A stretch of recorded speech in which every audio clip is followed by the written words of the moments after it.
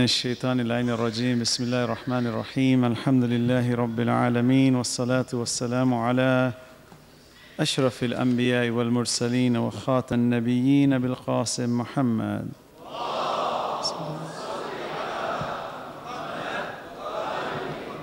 وعلى آله الطيبين الطاهرين المأسومين المظلومين أما بعد فقد قال الله سبحانه وتعالى في كتابه المجيد وقوله الحق وهو أصدق الصادقين بسم الله الرحمن الرحيم لن تنالوا البر حتى تنفقوا مما تحبون صدق الله العلي العظيم صلوات على محمد وآل محمد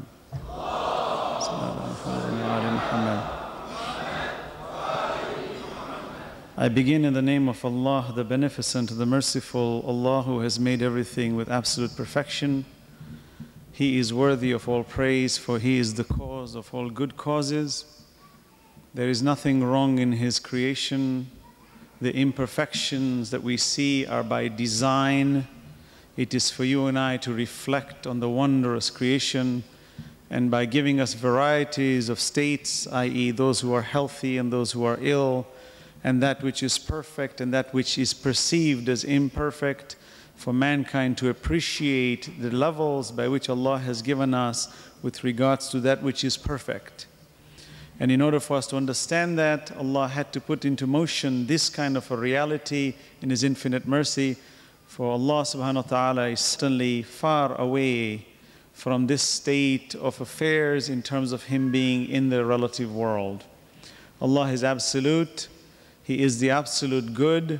We know that the good originates from Allah because Allah is absolutely good. There is no such thing as absolute evil. There is no such thing as absolute bad, nor is there such thing as absolute lie, for example. There is no such thing.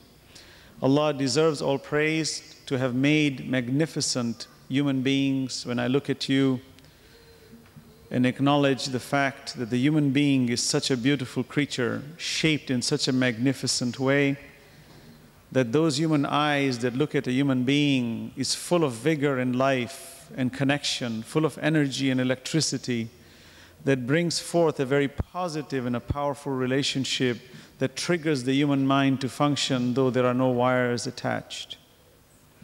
Allah subhanahu wa ta'ala has made a wonderful creation, be it in the human race or anything that exists around us. It is a magnificent creation. When we look in the sky, Allah tells us how beautiful the sky is. He has adorned وَلَقَدْ زَيَّنَّا السَّمَاءَ الدُّنْيَا بِمَصَابِيحِ. He has adorned the lower sky with magnificent, with stars. When we look at it, it is a consolation to our eyes. Allah subhanahu wa ta'ala has made humans, animals, creatures, variety of colors. I can go into each particular one and spend a lifetime describing how wonderful it is. Sufficient is the university at that level. It often what makes me wonder when someone comes and debates or challenges the existence of the Almighty Creator.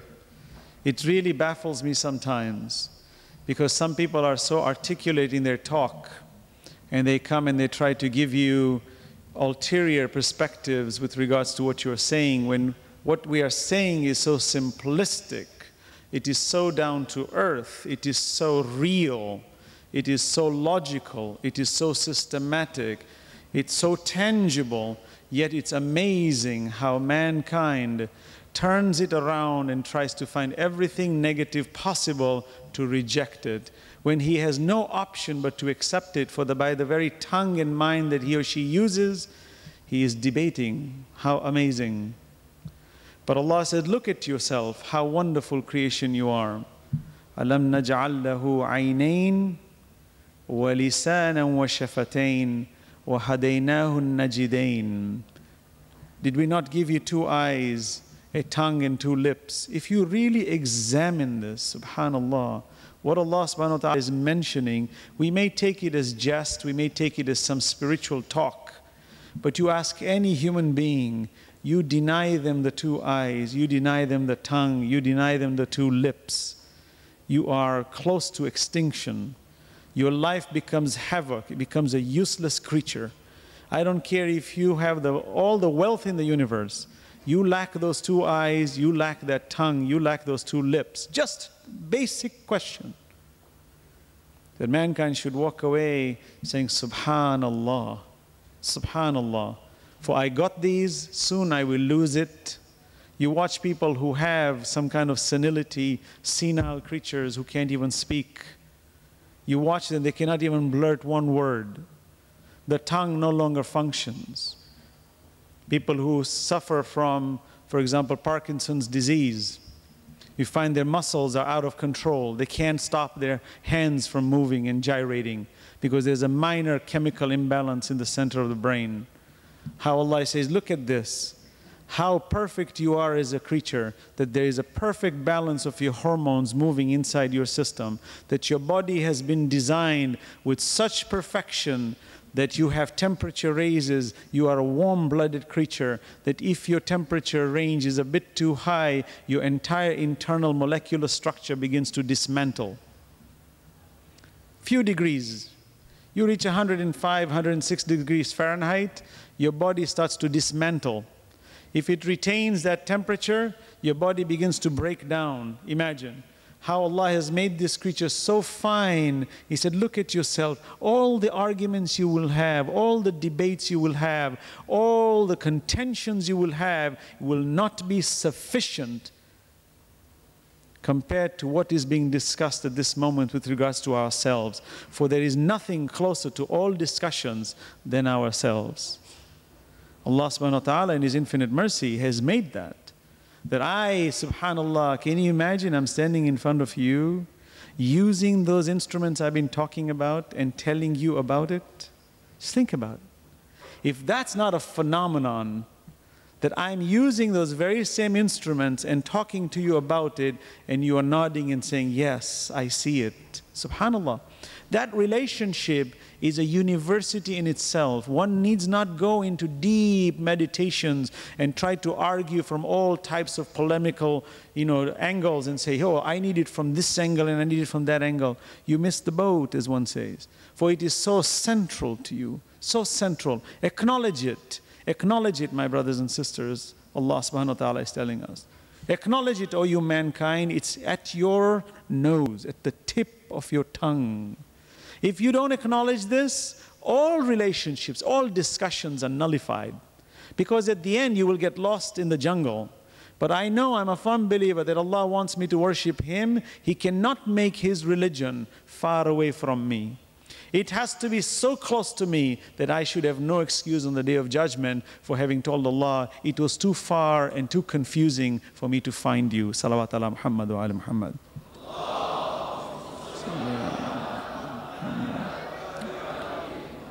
Allah in His infinite mercy, and I bear allegiance to this, that there is no God but Allah. There is no God. There is no statue. There is no shape. There is no child, daughter, son, whatever you want to call it. There is none but Allah, the absolute God. Allah meaning the God with the capital G.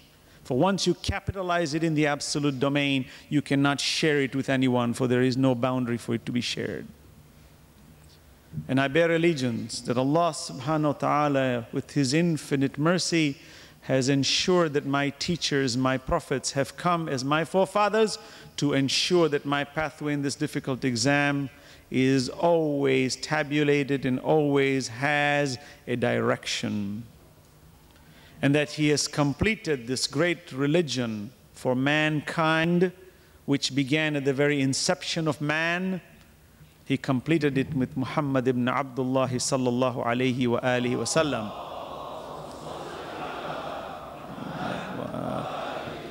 So I bear allegiance that Muhammad ibn Abdullah is his last messenger, and after him there are no more prophets. Anyone who claims to be a prophet after him is a liar. For there is no need, it defies common sense to have such. And I bear allegiance that after my Prophet's departure from this world, it is incumbent that there be someone to protect my deen. And I bear allegiance, therefore, that Allah subhanahu wa ta'ala sent 12 imams with our first Imam Ali ibn Abi Talib, alayhi salatu was salam, as our first successor, the one who was raised by the very hands of our last Prophet Muhammad ibn Abdullah sallallahu alayhi wa sallam.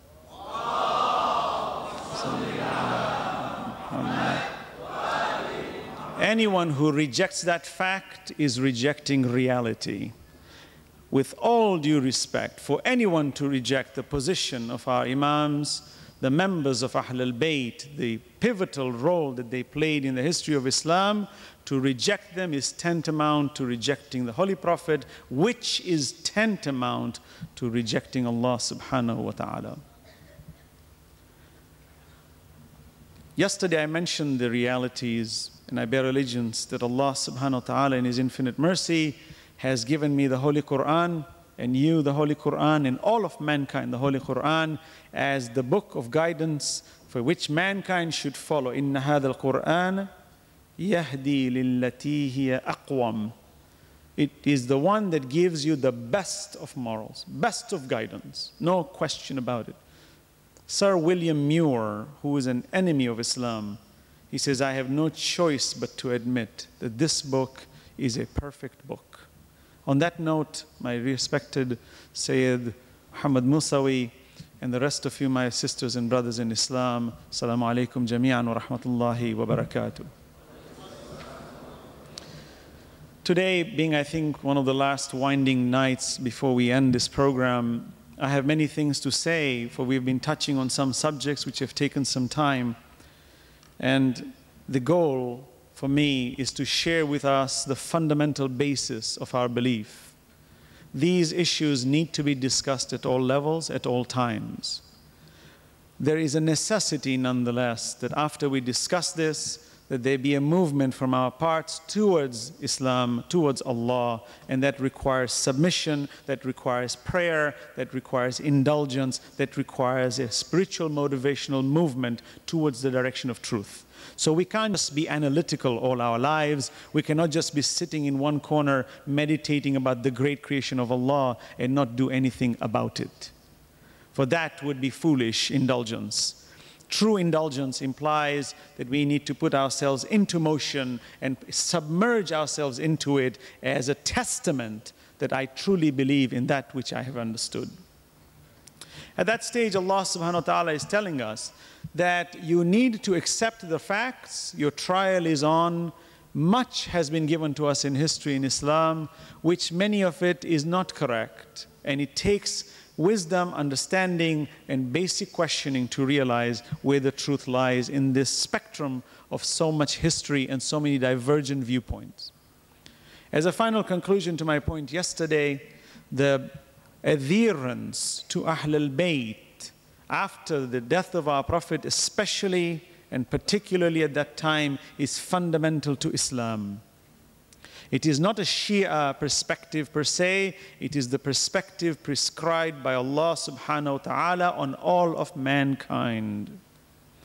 The need to obey those members who have been specifically targeted as representatives of Islam, who shall protect the deen of Islam, is fundamental. And the Quran is very clear about it. There is no ambiguity in it. If those of us who find ambiguity in it understand that that ayah which we are finding ambiguity in is a mutashabiha ayah. It's an ayah in the Quran which is allegorical, not muhkam, not decisive.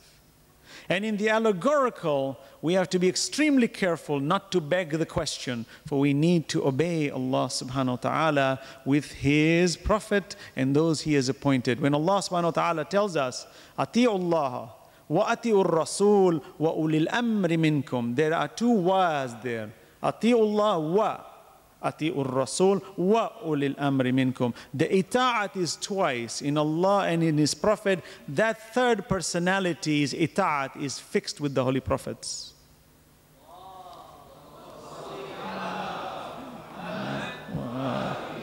So we find the ita'at is necessary, but there are two was there. Any common sense person will tell you, therefore that third person has to be completely parallel and completely aligned by the first two, as well as the fact that the first two needs to authorize it, otherwise it is not allowed. You can't have a king who lives in a palace, who calls himself Khadimul Haramain, when he is so blasphemous in his actions, and expect someone to align themselves with these other two. You can't have a glutton who eats and performs some of the worst and heinous crimes in the world and expect him to be the one who is ulul amri minkum. It defies common sense. I ask all of us as Muslims in the world, if we look at the caliphate that took place, the Umayyad Caliphate and the Abbasid Caliphate, the caliphates that came, observe history, go to Syria, go to places and see their palaces. These people walked around with massive palace. Their homes were ostentatious. These were supposed to be the caliphs of Islam. Where in my Prophet's life did our Prophet ever bring down such prescriptions that the one who is going to represent Islam shall be walking with such kind of haughtiness? For he is in total contradiction of the Holy Quran. I pose some very basic questions for when we examine what happened in the history. People like Muawiyah bin Abu Sufyan, look at how this man lived, how much wealth he had amassed. People like Amr bin As had 70,000 red camels. 70,000 red camels. Where in Islam is such a man allowed to do this? That upon his death he says to his son, this Muawiyah who I have helped reach where he is, by the time I breathe my last, he's going to take everything away from me and reclaim it, so you will be left with nothing. Is this the kind of personality that Islam has brought, that my Prophet has come with such perfection that when a Jew was striking him while he was going to the mosque, and our Prophet was under him and the Jew was on top of him, and people realized our Prophet had not arrived in the mosque, and they came looking for him and they found him in this tussle. And they picked up this Jewish man and they were going to rip him to pieces. And the Prophet said, don't touch him. He is my friend. This akhlaq of a man who used to melt rocks and his humbleness when he walked on this earth, is that the representation that has come in history for us in Islam? Is that the kind of representation that Allah subhanahu wa ta'ala tells me, لَقَدْ كَانَ لَكُمْ فِي رَسُولِ اللَّهِ أُسْوَةٌ حَسَنَةٌ? Is that the kind of representation? I ask any common sense Muslim in the world, that do we have a tragedy or a travesty in Islam that we have absorbed and inherited a historical fact which is a sham? It is truly a sham that when you look at these empires that lived, they lived with such wealth and power. I said, where in Islam did my Prophet ever prescribe this to those leaders? People like Salman Farsi, who was made the governor of Ray in the Khilafat of Imam Ali ibn Abi Talib alayhi salatu wasalam, and he's sent to Ray, which happens to be common day Persia, that as he's entering the city as the governor of the city, there was a red carpet treatment and people on horses with bands and ready to play the music, and they see this poor man walking with one bag over his shoulder. They said, who are you? He said, what are you waiting for? They said, we're waiting for the governor. He says, I am the governor. They looked at him and says, Ajib, you are the governor? What happened to your whole horse barrage? Because they used to walk ostentatiously with pride like the Genghis Khans. Is this Islam? I pose that question to you, my brothers. That the love of Ahlul Bayt, which Allah has instilled on mankind, is not something for you and I to worship. It is not something that has been concocted. It's a reality that strikes deep. Its depth is so deep that if you take the measurements of today's political situation, it is the love of this Ahlul Bayt that moves the armies of the Bani Israel backwards. For 52 years, they never gave up a centimeter of land. But by the grace of Allah, with the love of Ahlul Bayt, such enemies of Allah are being pushed back in their proper positions. Salawat ala Muhammad wa ala Muhammad.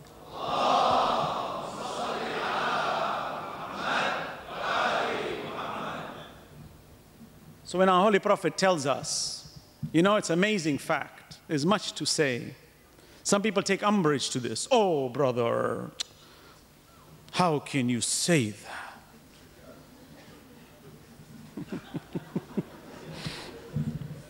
Don't you have any shame? I said, no, I have a common sense which leads me to the shame of what is being heard. It is a tragedy to hear in history that the humankind can absorb and accept this trash in history when the reality is so pristine. This deen al-haq, how powerful it is that when he takes it in its perfect form, it's not absorption of any sort. No one is allowed to worship anyone but Allah. Our imams are not people to be worshipped ever. In fact, Imam Ali alayhi salatu wasalam was walking once and a man was sitting on a horse and he descended. He stopped. Imam said, why did you get off?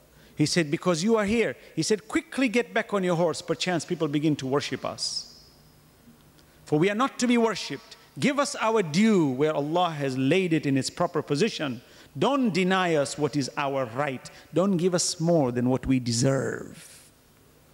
Our imams are essential if we understand that even modern day Islam, even the Asharid school of thought, their teachers were our sixth Imam Ja'far ibn Muhammad, the Sadiq alayhi salatu wassalam. A brother sends me an email from the other school and says, I believe that Imam Ja'far Sadiq was the teacher of all the four Imams of the Ahl Sunnah wal Jama'ah. I accept it, I admit it. For Abu Hanifa was a student who came into the precincts of our sixth Imam. He said, but can I follow the rules and regulations of the other Imams? I said, that is your prerogative. There is no compulsion in religion. But why would you follow a student when you can follow the teacher? Common question to ask. Come on, let's be fair. I mean, let's not belittle ourselves. You know the irony of the human race? Believe me, when I pose this question, it is always on the nail. If I give you A and I give you B, and I tell you B is greater than A, who in his proper mind will choose A? Unless you're insane, you will choose A. Because B is greater than A. So why would you take the lesser?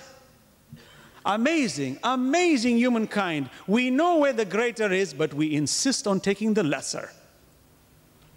Common sense. Allah subhanahu wa ta'ala said, look at this creature. He acknowledges, he knows, he admits, but he insists. How amazing. But Allah subhanahu wa ta'ala is telling us, this is your choice, free world, do what you want. Walk on your head if you want. Do what you want. At the end, you're coming back anyway. You're going to answer for it. ثُمَّ لَتُسْأَلُنَّ يَوْمَئِذٍ عَنِ النَّعِيمِ. That day we are going to ask you, what did you do with all the gifts we gave you? So it is not to promote a particular ideology where we want to deify a human being and we want to worship someone because we love him so much. Haram for us to worship anyone but Allah. But as I mentioned yesterday, even our holy Prophet sallallahu alaihi wasallam is so important in our dimension that you remove him, your entire religion goes out of orbit. But he's a human being. Why is he so important that he needs to be mentioned even in my prayer? Because Allah is saying that there is a dimension where you will understand him as your teacher, but you should never deify him, for that is your role. If you know Allah subhanahu wa ta'ala, you will never bow to anyone but Allah. It is forbidden for you to worship anyone other than Allah. But Allah subhanahu wa ta'ala in his infinite mercy, he ends this chapter. I don't want to go too deep into it. People came and asked him, so this great thing you have done for us, this great thing you have done for us, you brought this great religion to us with all the sufferings of 23 years. My brothers, if we have time to ever share those 23 years, it's a monumental event. Each aspect of it is a university. If mankind was simply to indulge and dissect the movements of our Prophet, it was nothing but ingenious. It was nothing short of a miracle. So he's asked, this great thing you have done, what can we give you as a reward? Prophets were always asked. The prophets always replied, وَمَا أَسْأَلُكُمْ عَلَيْهِ مِنْ أَجْرٍ إِنْ أَجْرِيَ إِلَّا عَلَى رَبِّ الْعَالَمِينَ.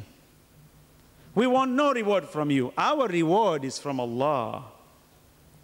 Our Holy Prophet was also asked the same question. Allah commands him to tell these people, قُلْ لَا أَسْأَلُكُمْ عَلَيْهِ أَجْرًا إِلَّا الْمَوَدَّةَ فِي الْقُرْبَى.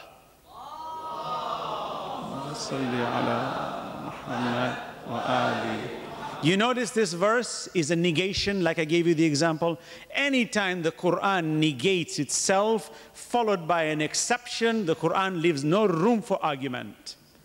The Quran says there is no room for you to argue. You cannot bring any counter arguments, for the verse has nullified everything. La as'alukum alayhi ajran. I want no reward from you, nothing. Illa al-mawaddata fil qurba. Except that you have this devotion and adherence to my near ones. Why?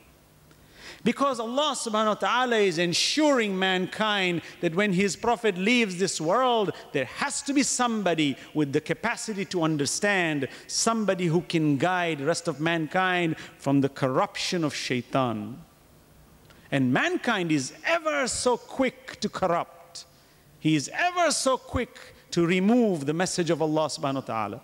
But Allah subhanahu wa ta'ala has guaranteed it with 12 imams. In conclusion, my brothers, the necessity for imamat, which came at the time of public proclamation, our Holy Prophet never asked the public who is going to be his helper, his protector, his successor, except his family. Allah subhanahu wa ta'ala is showing that this is an exclusive right within that shajaratin mubarakatin zaytunatin la sharqiyatin wa la gharbiyya, and it's nurun ala nur yahdi Allahu li nurihi man yasha. It is light upon light, and if mankind refuses, Allah says it is by my will that I guide to who I want, and whoever rejects has rejected by not jumping into that ark of Nuh. And that brings me to the next dimension, my brothers and sisters, that we need to understand the necessity of our existence. We need to understand the importance of salah.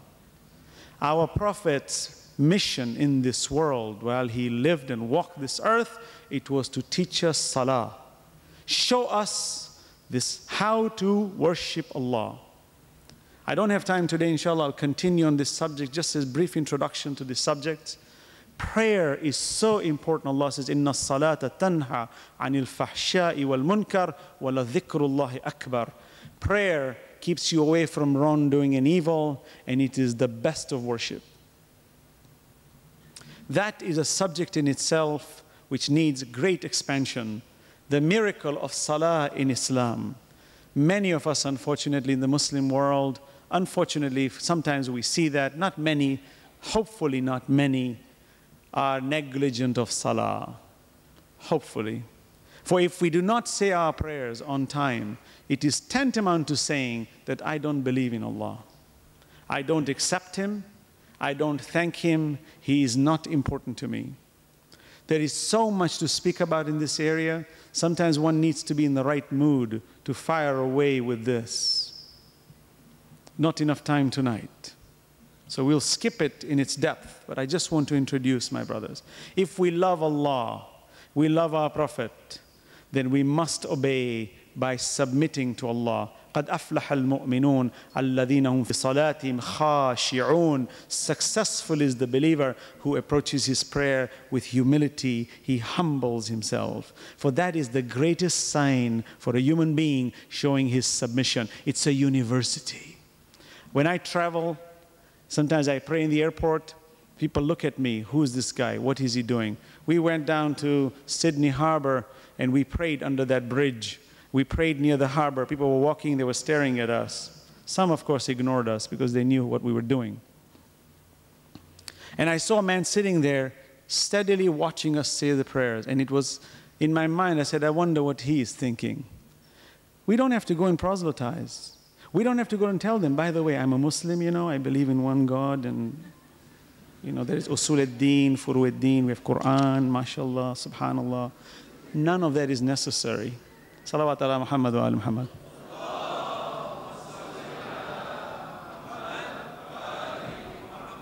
This salah is so important. It is such a university. I've had experiences, and some of you may have heard it in my lectures.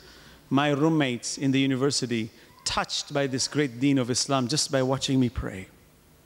Have I shared that with some of you? Maybe some of you know it. Let me share with you. I did not know the value of prayer until I went to my university. And I entered my dormitory, and I had my roommate, and I said to my roommate, listen, that's my corner. That's where I'm going to say my prayers. He said, interesting. So what are you? I said, I'm a Muslim. Muslim. By the way, it's not Muslim. Okay, it's Muslim. You know, even that NBC lady, when she was interviewing me, says, you Muslims do this? I said, no, correction. We're Muslims. We're not Muslims. Muslim, if you really translate, it means a person who does aggression. He's a zalim. We're Muslims. We do taslim. We submit. We are submitters. We surrender. We give ourselves and we say, لَن تَنَالُوا الْبِرَّ حَتَّى تُنْفِقُوا مِمَّا تُحِبُّونَ. You shall not achieve righteousness until you give with that which you love most. Allah says in the Quran, you will not achieve righteousness. You have to give with that which you love most. If your life is what you love most, then be ready to give it. For that's righteousness. You love money, then be willing to give it. You love yourself, then be willing to give it. You love your time, then be willing to give it. Because Allah says, لَن تَنَالُوا الْبِرَّ. Here we go again, negation. You cannot achieve righteousness. لَن تَنَالُوا الْبِرَّ حَتَّى تُنْفِقُوا مِمَّا تُحِبُّونَ. Unless you give, again with an exception, you give with that which you love most. Very important verse. Underline it. It's telling you this is important. So when I went to the dormitory and I tell my roommate, I'm going to say my prayers, says, you're a Muslim. Wow, never met a Muslim before. So I said, well, he said, do you mind when you say your prayers, I watch you? So I said, sure. If I said no, then I'm hiding something. See, when people say no to that which they believe in, then you've got something fishy under the carpet. Don't be afraid to express yourself. I'm a Muslim. This is what I believe in. It's right here, black and white. Read it. Take it or leave it. He said, can I watch you? I said, sure. So this guy, David, sharp blue eyes, sharp face, you know. He sits on the couch with his legs folded, and my qibla is sideways looking at him through peripheral vision now. And I did my takbiratul ihram, and I opened up my carpet. I never knew the value of this salah. These examples, I can write a book about them, believe me. How Allah is constantly telling me, look at you. You don't have to go out and have in-depth discussions and arguments and go to the archives and go to the university libraries and become a great rocket scientist. You see? You don't need to. The reality is very clear. Just move in simplistic ways and you'll see this university. So he says, can I watch you? I said, sure. I did my takbiratul ihram, and for the first time I realized somebody was watching me. I was so conscious of where my hands were. Was I doing it right? And when I did that, I realized instantaneously the moment, I said, shame on you. All this time you've been praying, the one you are praying to, you never thought that he's looking at you. But a mere mortal is sitting next to you, examining you from head to tail. You became so conscious. That when we see our prayers, how important Allah is. When Imam Zainul Abidin ﷺ used to go and do his wudu, he would tremble and turn pale. He said, why are you so pale? He said, do you know who I am going to have the honor to speak with? Do you know? Do you realize what an honor it is that I'm going to speak to the creator of the universe?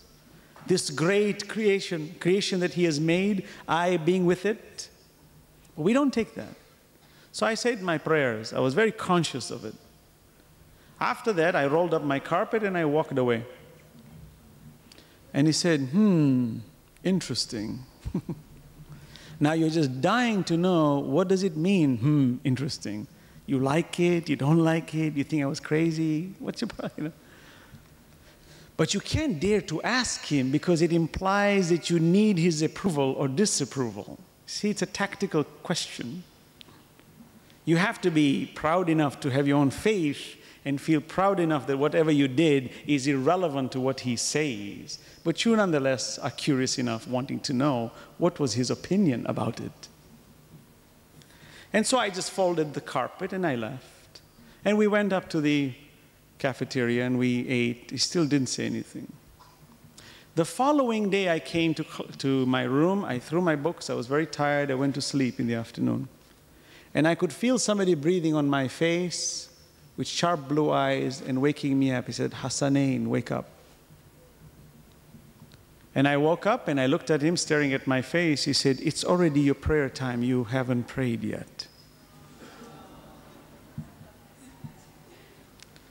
And I woke up and I went and I said my prayer. And after I finished my prayer, it dawned on me that subhanallah, in my university, my roommate who is not a Muslim woke me up for my prayers at prayer time. How amazing this reality is. And it dawned on me and I said, David, why did you do that? He said, I can't express to you what I felt watching you say that prayer. He said, when you put your head on that ground and the way you moved had such a movement in my heart, it gave me tremendous peace.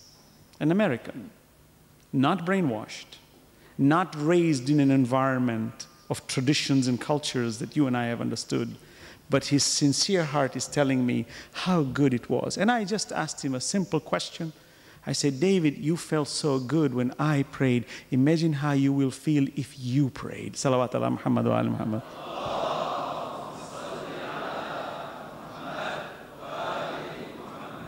This prayer is so fundamental. So many stories like this I can share with you. Maybe not tonight, some other night.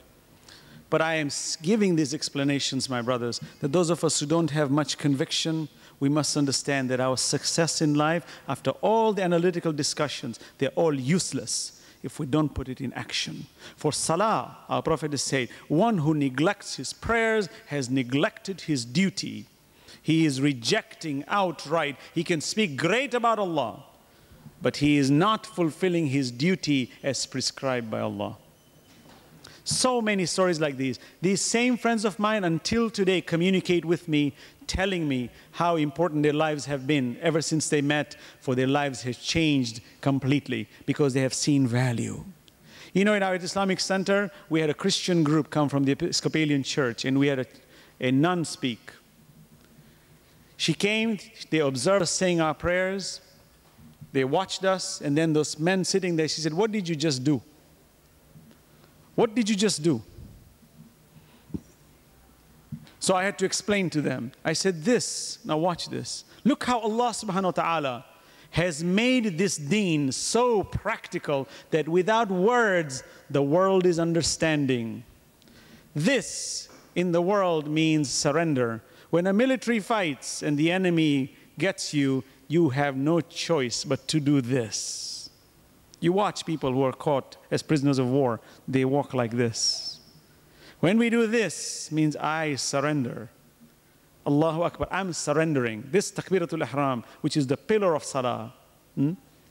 You watch the ruku, the genuflection, seeking permission to enter, to go down into prostration. Universal symbols. Watch the prostration of a Muslim. It is second to none. You find people who do prostrations of all types. The Buddhists put their whole stomach on the floor when they bow to the Buddha. You cannot compare it to the ruku, to the sujood of a Muslim. Universal symbol that if you ever saw a man's head on the ground the way it is, that is his position, and that all the Muslims, 2 billion of them, if they were all to say their prayers, they'd all come at the same level. That Allah is saying you are all one and the same to Allah subhanahu wa ta'ala.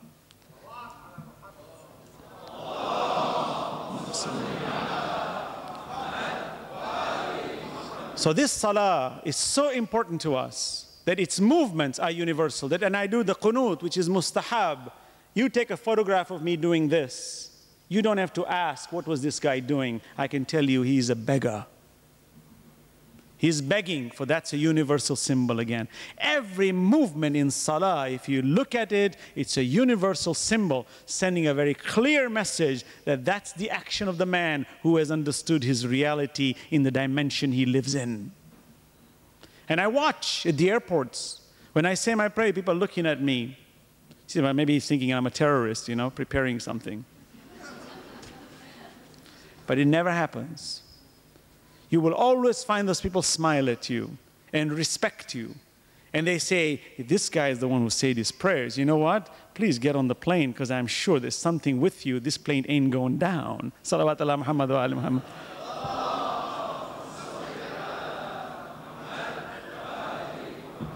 As a final point, without going too far, when we do our prayers, those of us who follow the Ja'fari school of thought, the way of Ahlul Bayt, we use these rocks, you know, these mud things that we bow on. Now, we've been accused that we're worshiping it. Common accusation, isn't it? It's throwing mud, you know, without using the pun, of course. People say, oh, you pray on this turba, you are, why do you do this? You're worshiping it. I asked my brothers who accused me of that, I said, you say I'm worshiping it? He said, yeah, that's worshiping it. I said, show me in the human race of people who worship idols, do they ever place their idols under their head? Have you ever seen a Hindu worship his God? He would not dare put his head on the idol. When you worship an idol, the idol is in front of you and you lower your head. So if I am worshiping the turba, which is under my head, which is nonsensical, which is preposterous, then the argument goes, okay, so I'm worshiping this stone, you're worshiping the carpet.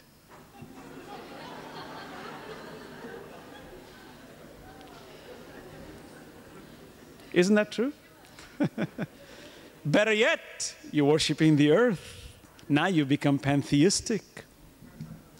It's common sense that that's not the reality. That's throwing unnecessary mud. I was in Saudi Arabia, I was in Medina, at the Masjid Saba Saba, you know, where the Battle of Khandaq took place. And I had a musalla with a straw mat. You know, it was a straw mat, and I was keeping it down, saying my prayers. A whole group of us were there. And this man comes with his son. You know, he's got an attitude problem, number one, but no problem. He's saying to his son, he said, these people, these are not Muslims. This is all bid'ah, bid'ah, bid'ah.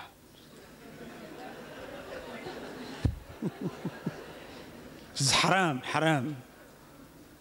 So I said my prayers, and I looked at him, and my tongue was itching. He says, but be careful. You're in no man's land. So he says, bid'ah. I said, what do you mean? What do you mean bid'ah? He says, this is haram. What are you doing? I said, really haram? I said, who told you it's haram? He said, hey, this is nowhere in Sharia. I said, yeah, have you read the Sahih of Muslim, where Allah subhanahu wa ta'ala, through his Prophet, is teaching us how to say our prayers, that when he walks out of the masjid, he has mud on his forehead, and he says, all those of you who follow me, make sure that when you do sajda, there is mud on your forehead. He says, we have read everything. I said, you haven't read that one.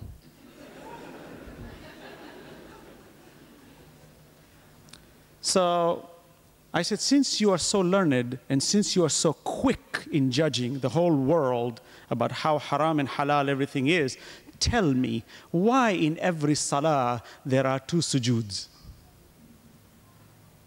And he looks at me, he says, what do you mean? I said, you know, have you noticed? Sunni and Shia, in every rak'ah, compulsory, you have 2 sajdas, not more, not less. He looked at me, he says, I don't know, you know, tell me, brother. I said, oh, you call me brother now. Before I was nobody. I said, my Prophet tells me, he said, the first sajda is that you come from earth. And Allah raises you from this earth, you mud creature, you Bani Adam. And you will live in this world, then you will die and go back into the earth, and that is your second sajda. And Allah will raise you on the day of judgment, and that is when you rise from your second sajda, and Allah promises that you will never go back into this earth. That's why there are only 2 sujuds in every salah.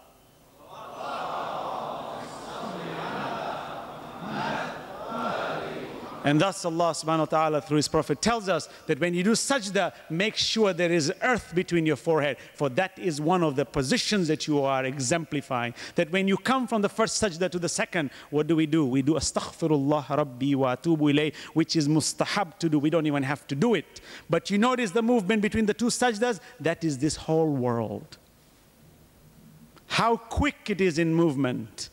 But it is mustahab that when you rise from the first sajda, you say, Astaghfirullah Rabbi wa atubu ilayh. Then you go to the second sajda, implying as a daily message for you that, all mankind, while you live in this world, you better do nothing but seek forgiveness. And the man literally was trembling, talking to me. He said, tell me more. I said, for your information, what we use in this turba is by the prescription of our Holy Prophet. It is forbidden for us to introduce new innovations into our prayers when it is not given as an injunction from our Prophet, who we pivot around. That he has taught us this. There is value. You can use this. I can go outside on the streets and use sand as my bowing ground. Anything that is earthly, which is not to be consumed, and that which you do not wear is what you will use for your sajda. Allah subhanahu wa ta'ala wants us to do that as a compulsory factor to enact that when you're going to that second sajda, remember that's when you die and go into the earth. It's a remembrance. It's a reminder. Salawat ala Muhammad wa ali Muhammad.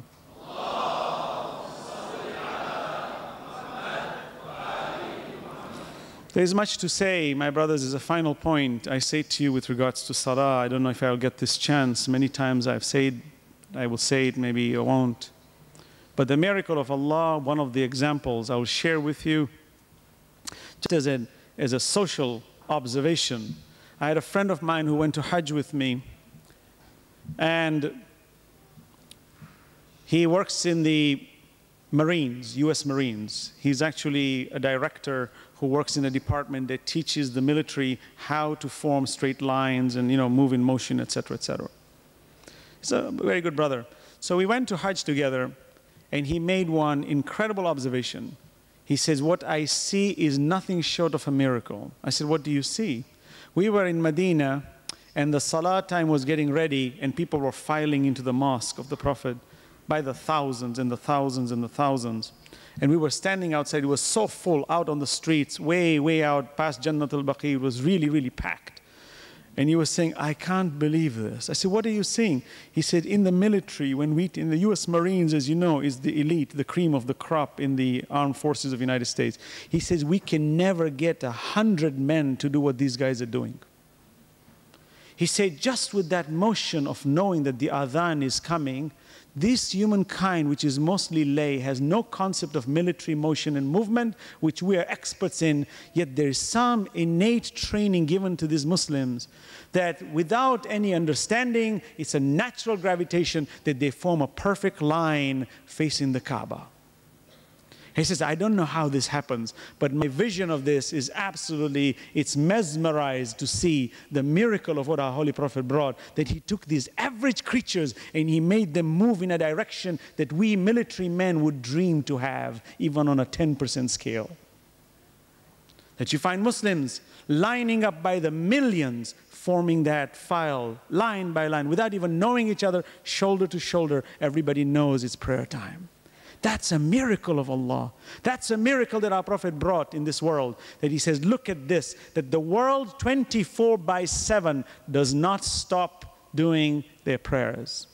It starts in Indonesia, the first adhan, and it continuously, the adhan, every minute, every second around the world, the adhan is continuous 24 hours a day. If you watch the rotation of the earth and the prayer timings and the way Allah has separated Maghrib, Isha, Fajr, Dhuhr, and Asr, you will find the prayer timings are 24 hours a day.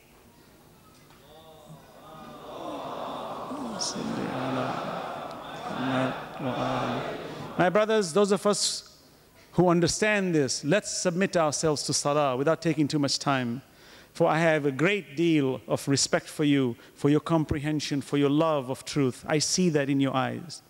I admire that. I speak with compassion to you, with honesty and forwardness, for I do truly feel what is in our heart, what vibrates in our heart, we should take it to its fruition.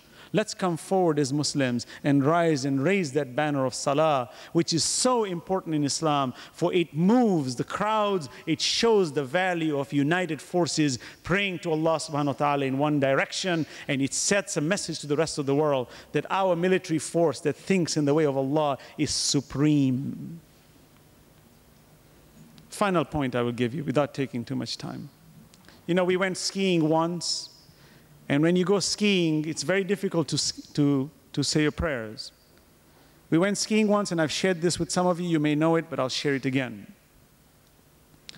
And we came down, you know, when you ski, snow ski, it's a lot of boots and heavy equipment, you know, it's very difficult. But our rule is that wherever we are, enjoy the world, enjoy the beauty of this world, indulge in sports, indulge in what is necessary, but do not violate the laws of Allah. Do not give up the prayer times when it is prayer time. You could be water skiing, you could be skydiving, you could be snow skiing, you could be playing tennis, you could be playing football. It doesn't matter. When it's Salah time, give it up and move in that direction, for that raises and elevates a human being. I know, I have experienced it. I've had people tell me, whisper into my ears things I never imagined I could hear. But it is just by the power of this movement that not only shapes the individual and makes them into better persons, but it makes the whole surrounding a peaceful surrounding. So we went skiing, and while we were skiing, we came down at prayer time. The place was packed. It was one of those big holiday seasons. There was not an inch of space in the whole. The owners of the place, we said, listen, we want to say our prayers. And they said, the lady says, hold on one second. She calls on the walkie-talkie, and a man comes who's in charge. He happens to be a Filipino. He says, Salaam alaikum. So I said, oh, you're a Muslim? He said, yeah, I'm a Muslim. I said, listen, we need your help. We want to say our prayers. He said, there is no place in this entire lodge that you can pray. But we do have a room in the back here which you can pray. This man was in charge, of course. I said, no problem. He said, only 3, 4 of you can go at a time. There's 50 of you, got to do it in stages. He said, no problem. So we did our wudu, we got ready, and I was the first person with 3 other brothers. We went in, and when we walked into this room, Allah is my witness. There was money, US mint dollars, from the floor to the ceiling, literally. Because that day was a very big day, and they were collecting all their money, cash, and they were stashing it in this room. And the brother sitting next to me says, brother, subhanallah, look at this. I said, when Allah gives it to you, He gives it to you good. Salawat ala Muhammad wa ala Muhammad.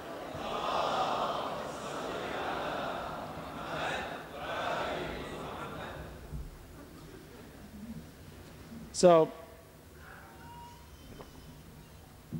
we prayed, we left, and this boy until today speaks to me, says, wow, I see the miracle of Allah. I said, look at the miracle. Take one step. You might think it's, no big deal, coincidence. You know the coincidence theory? Huh? We'll talk about coincidence someday. But the point is, we walked out.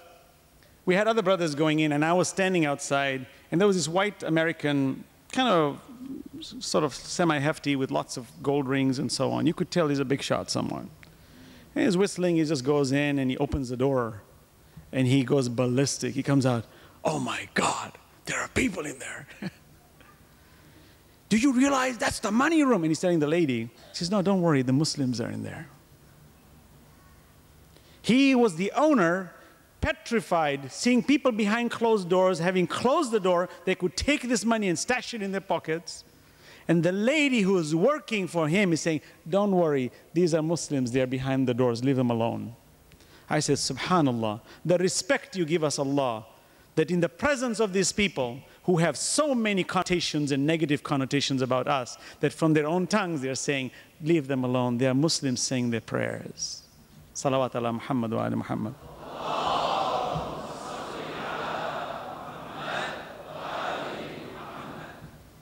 I wanted to touch on other subjects other areas, inshallah. These are all introductory subjects, my brothers. There's plenty to speak about salah, the beauty. How do you concentrate in this prayer? Many people say, when I'm saying my prayers, how do I concentrate?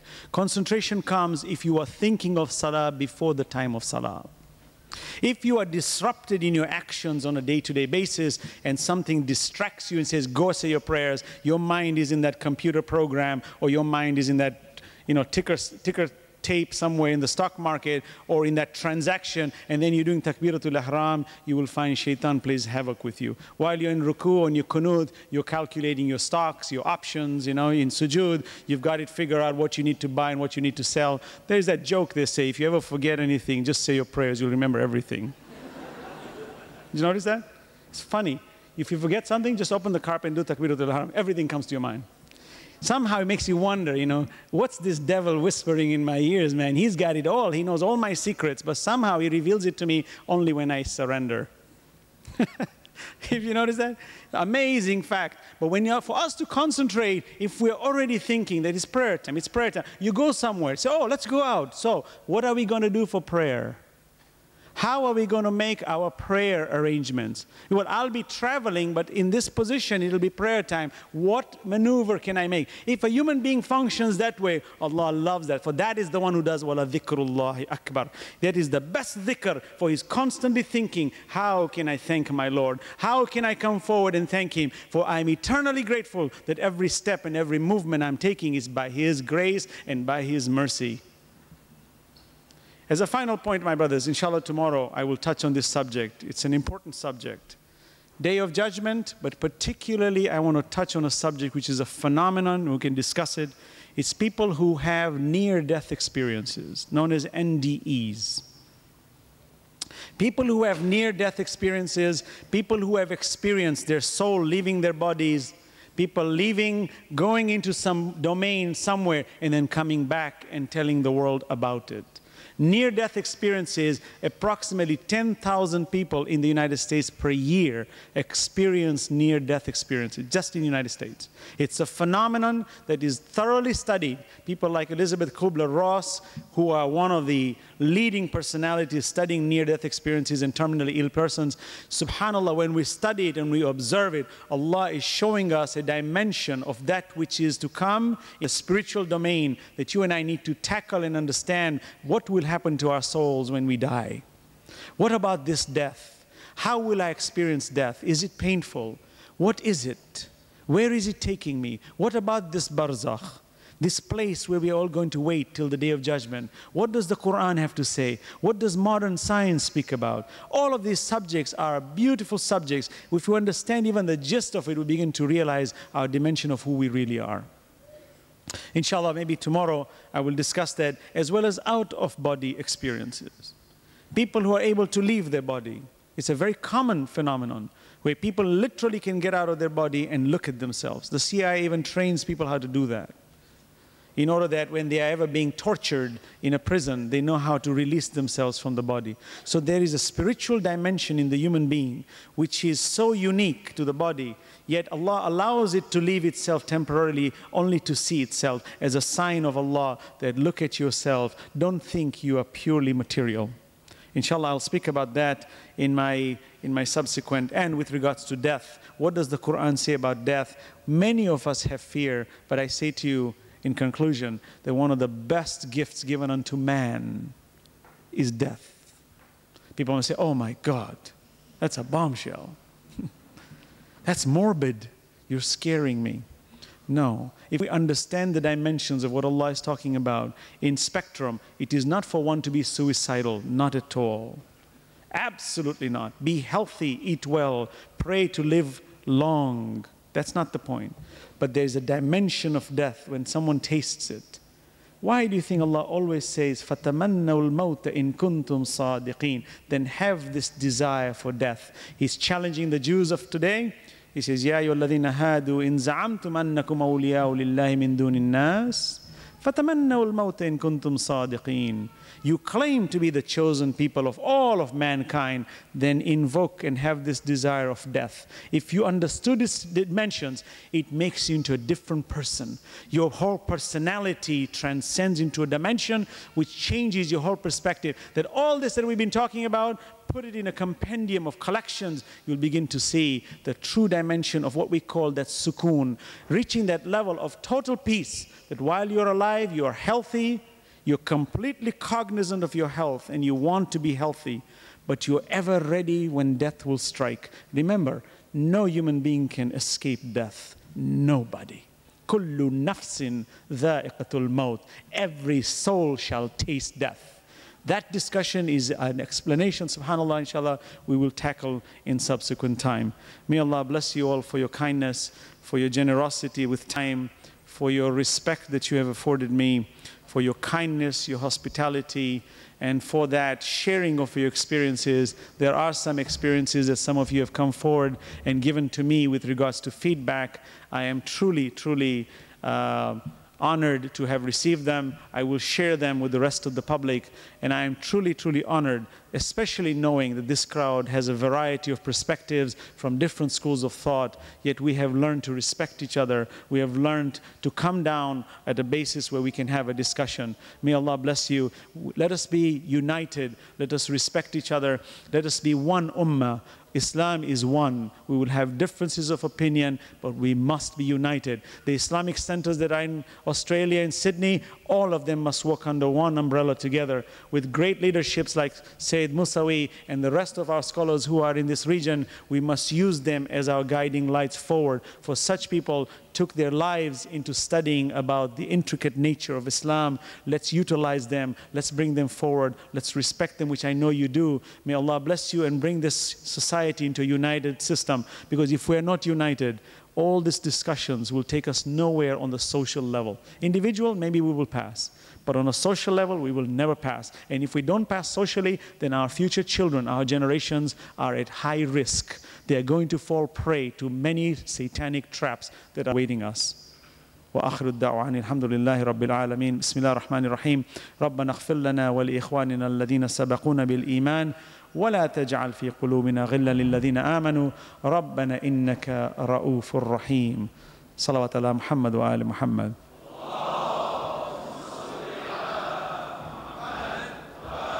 Mother, when she gives birth to a baby, you find she clenches, she screams, she suffers, she goes through pain. I always wondered why. Why does a child not just come into this world with ease and the mother should be laughing and the baby is just there? If Allah desired, He could do it. But He doesn't. He connects tremendous pain that the mother sometimes suffers for 3-4 days in the pangs of birth, trying to give birth to this wonderful creature who's going to come and continue the generation. Observe, you will find fathers, if they have problems in their family, will readily walk away from their children because they have no connection of pain with that child. But the mother, with all adversity, the world is collapsing on her, she will hold her baby under her arms and run with it. You know what connects it? That pain. When she gave that birth, it was so painful. She says, I can never let go.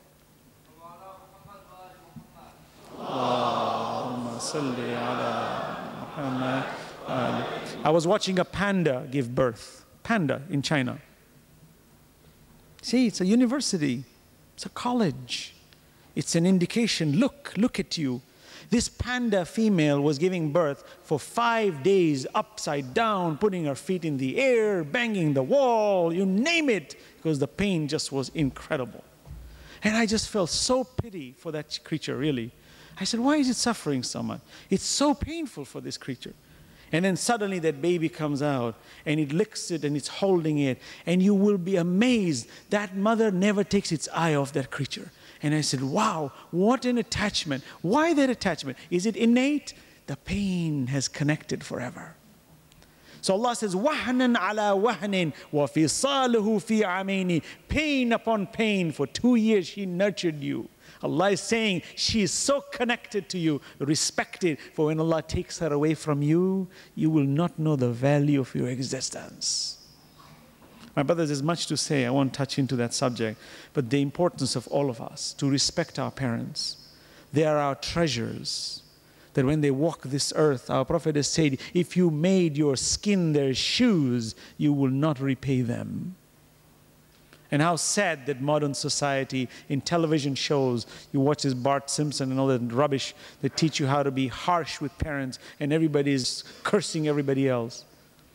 It's very bad. Our modern society teaches us to be disrespectful when the value system is in our parents, and it's so much, I can talk about it over and over. And what has shaped me in value, my value system sits on that our Prophet has said, if there was anyone else you could have bowed to other than Allah, it would have been your parents. Salawat ala Muhammad wa ali Muhammad.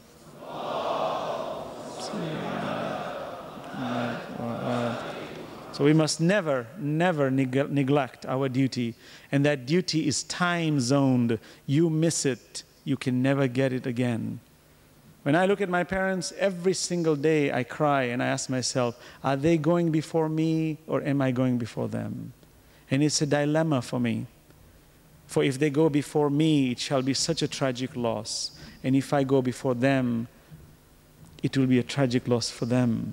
How painful it is. But Allah says, it's okay. Inna Allah ma'as sabirin. Allah is with the patient ones, that you've got this limited time. Raise the banner of Islam. Raise the banner in the name of Allah subhanahu wa ta'ala and His Prophet and His Ahlul Bayt. And let your parents come under that banner and you will see what happens to you on the Day of Judgment. For our time is so short that Allah any moment can take them away. I have stories to tell you about people, my friends who've lost their parents. Subhanallah, I see it in their eyes, the terror. And I experienced that and I said, never in my life, may Allah forbid that I should lose that opportunity to have served them well while they walk this earth.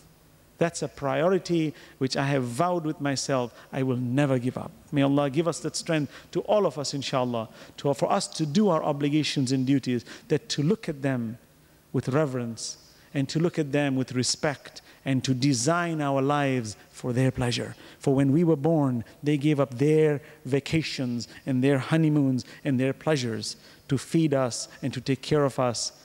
And we demanded and they fed and they gave. Should that not be sufficient to pay back? I ask that. May Allah give us that strength, inshallah. Salawat ala Muhammad wa ala Muhammad.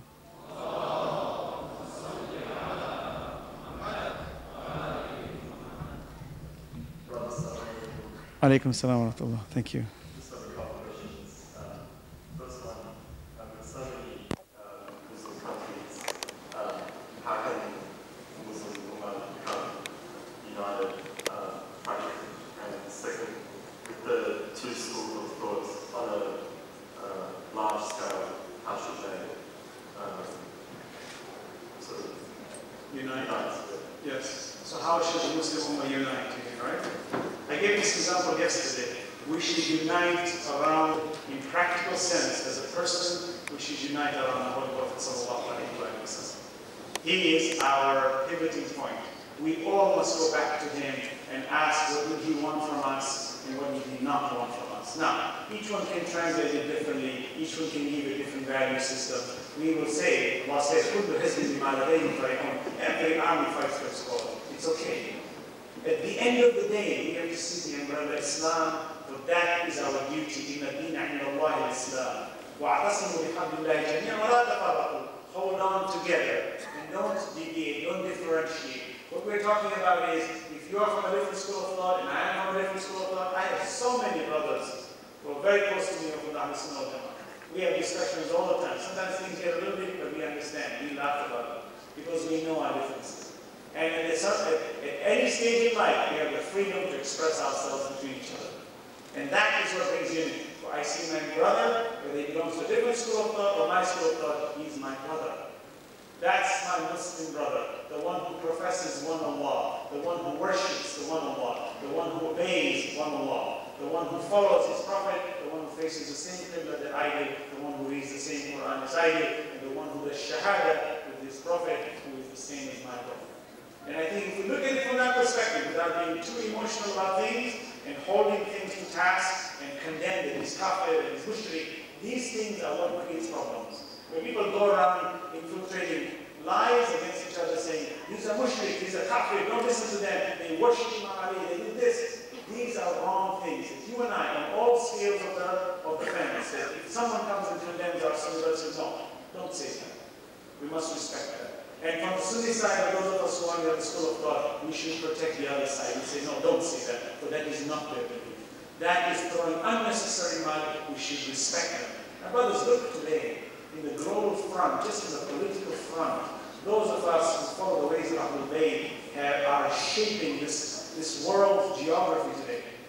The ones who threaten all establishments of hypocrisy, the establishments of aggression, you find they come from that method. Look at Imam Khomeini, when he made the condemnation against Salman Rushdie, he wasn't for Imam Ali, it was for our Holy Prophet.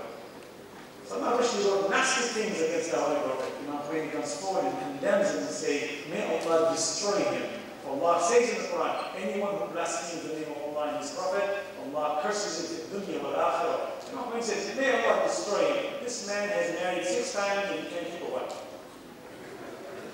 He's gone, he's finished. But what happened? People realized that we are claiming that these people worship Imam Ali. Look at them. Their priority is the Holy Prophet. The whole ways of Ahlul Bayt is to go back to the Prophet. Let's unite on that front and not allow these trashy things to come into play, all this crazy, sometimes all these audio cassettes going on, condemning people. These are wrong. This bashing mentality is not in Islam. If someone comes and bashes, say, listen, later we can talk about it academically. But if we get emotional, then we take the scale. And hopefully, inshallah, we will unite. I'm very grateful to Allah subhanahu wa ta'ala that after September 11, when the Muslims were attacked from different dimensions, we found this big global front between Sunni and Shia combining forces together. We're coming forward together. You know that in the United States there is this organization known as ICNA, Islamic Society. ISNA is a very big society. When they have one conference, there are 50,000, 60,000 people coming and attending, Muslims and Al-Sunnah. There was a card that came out by a greeting card company in the United States making fun of the Shia. A very nasty card. In fact, it was so nasty, it had vulgarities in it.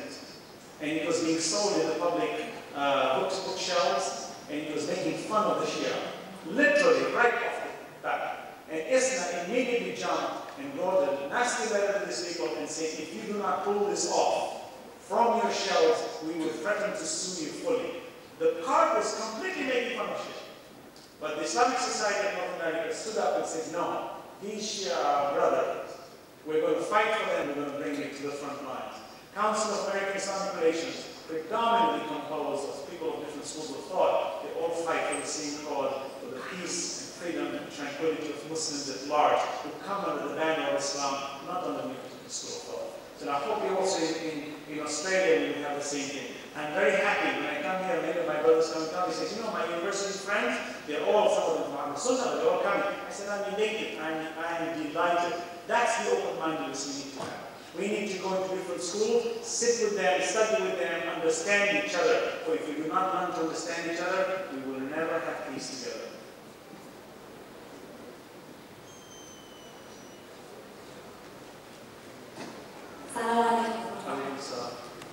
Actually, my question is regarding prayers. In the Quran, it refers to the prayers that have to be performed 5 times a day. What is your view combining the Dhuhr and Asr, Maghrib and Isha prayers? Good question.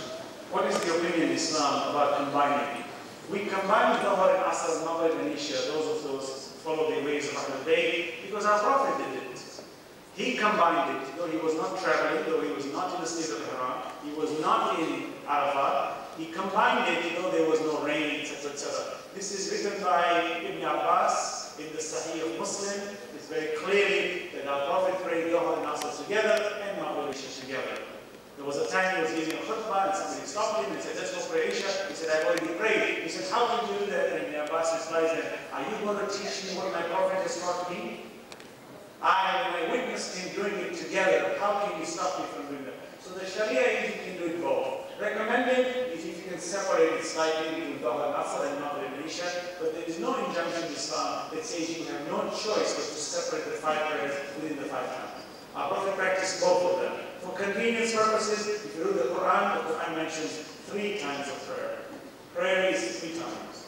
It doesn't mention 5 times. 3 periods of prayers, okay? That does not mean that we are in violation of the Islamic law. The Islamic law is very clear that you need to obey what your Prophet did. If you combine it, you can combine it. If you separate it, you can separate it. Both are acceptable. When our Sunni brothers separate from our Nasr, Zahra, and Isha, they are perfectly fine. When we combine it together, we're perfectly fine. Both ways are good. Someone is saying, please talk about Imam Hussein. Imam Hussein, what can I say? It's a university to speak about him. Inshallah, in my subsequent time, if I have any time, I will speak to you about him. The event of Karbala, how important it is, but I think there's a time and a moment for it to understand all the dimensions that we're talking about. Put it together and you will see the exemplification of what he did in history. He sent shockwaves to the human race. That until today, and time immemorial, that event that took place in Karbala, I was invited in a Wahhabi mosque.